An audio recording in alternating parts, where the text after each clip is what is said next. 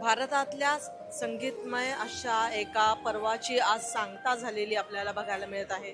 तुम्ही माझ्या मागे बघू शकत असाल तर आत्ताच काही क्षणांपूर्वी आपल्या लाडक्या आशाताई यांना मुखाग्नी देण्यात आलेल्या आहेत आणि त्या अनंतात विलीन झालेल्या आहेत।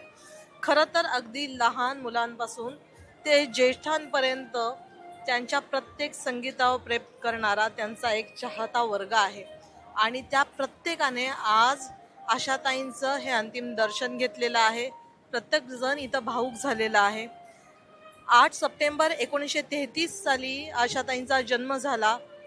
जन्म झाल्यानंतर काही वर्ष त्यांची खडतर प्रवासात गेली, गरिबीत गेली आणि मग त्यांनी साधना सुरू केली ती आपल्या संगीताची। शास्त्रीय संगीताला एका उंचीवर नेऊन ठेवल्यावर हळूहळू दिवस पालटले आणि खरंच त्यांना चांगले दिवस येऊ लागले। परंतु आशाताईंच्या जीवनात खरेच खूप मोठे चढ उतार आले आणि त्याला त्यांनी सक्षमपणे तोंड देत त्यांचा जीवन प्रवास करत राहिला। असं हे चिरतरुण व्यक्तिमत्व हे वयाच्या 92व्या वर्षी त्यांनी अखेरचा श्वास घेतलेला आहे। परंतु त्यांची अंतिम इच्छा हीच होती की मला गाणं गाता गाता मरण यावं।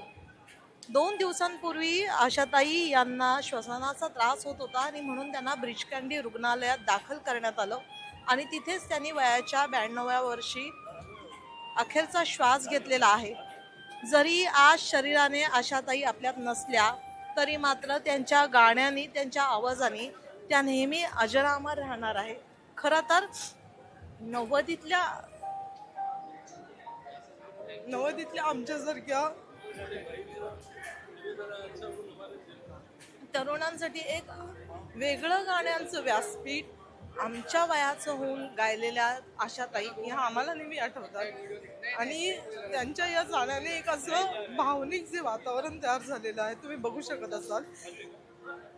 खरं तर हा अतिशय भावुक क्षण आहे जेणेकरून आशाताईंना असं बघताना फार वाईट वाटतं।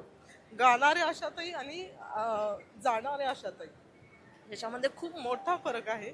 खरं तर प्रत्येक क्षण हा गाण्यात घालवण्यासाठी त्यांनी अथक मेहनत अथक परिश्रम त्यांनी केलेले आहे।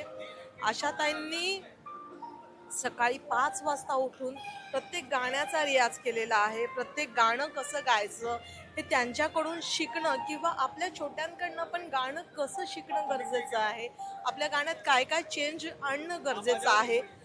जसं युग बदलत होतं तसं त्या युगात जाऊन गाणं कसं गाणं म्हणजे पिया तू अब तो आजापासून ते रंगीलाच्या याई रे पर्यंत गायलेल्या आशाताई यांनी आपल्या गाण्यामध्ये प्रचंड प्रमाणात ज्या विविधता आणल्या होत्या या सगळ्या विविधतांना आठवून खरंच आशाताई या किती अभ्यासू व्यक्तिमत्व होत्या हे आपल्याला जाणवतच असेल। परंतु आज जरी त्या अनंतात विलीन झाल्या असल्या तरी या आशाताई आपल्या स्मरणात नेहमी गाण्याच्या रूपाने राहणार आहे। आपण म्हणतो की माणूस हा जिवंत राहत नाही पण त्याची कला त्याला नेहमी जिवंत ठेवते आणि त्याचं उत्तम उदाहरण हे आशाताईंनी आपल्याला दिले आहे।